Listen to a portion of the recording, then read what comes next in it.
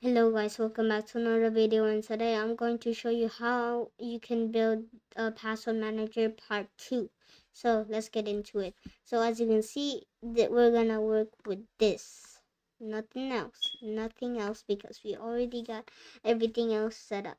So we're gonna work with JSONs and how we can save data to in the data.json file, and yeah, a lot more. So I'm going to explain how this works, and you can code it too. If you can pause the video, you can also copy it. So as you can see, we have the submit function.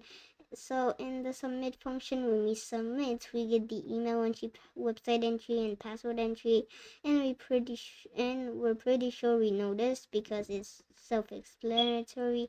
But over here, as you can see, I added some things. If it's okay, we're gonna go make a new data variable, and in that data variable, we're gonna get the tuple brackets, or these. So as you can see, we can look. So in the data variable, we have the email, then we have the colon, and then we have the email entry get, or the email we got from the entry, and same with the password and website. And then we're gonna try, and I'm going to make a tutorial on try, accept, and finally, and else. So yeah, in the try, we're gonna open the data.json as read mode and as data file, and then we're gonna make a new variable called all data, and in that all data we're gonna load the JSON in the data file, or we're gonna from JSON, as you can see, we first gotta import JSON. And as you can see in the JSON, we're gonna load the data file, and we're gonna accept the file not found error, and JSON decode error. And I put this because I also got an error and I didn't know how to fix it.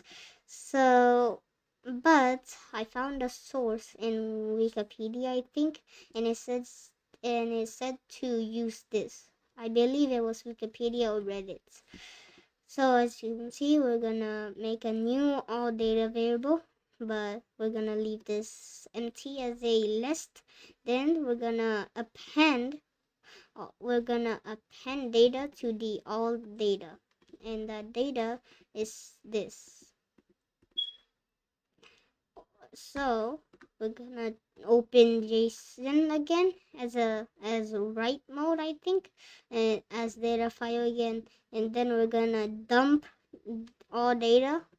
And all data dump means that you're gonna save information to the file over here, or JSON file, or the JSON file. So as you can see, we have all data, and the data has the data of we putting into the entry. So as you can see, it will get the data, and it will dump the information into the data file, that is the data.json. And then indent for, I'm gonna talk about that in another tutorial. And finally, we're gonna erase the data in website entry and password entry. As you can see, it's auto correcting me. So yeah, I'm gonna talk about this in another tutorial, because I'm gonna create another tutorial for else. I mean, try, accept, and else.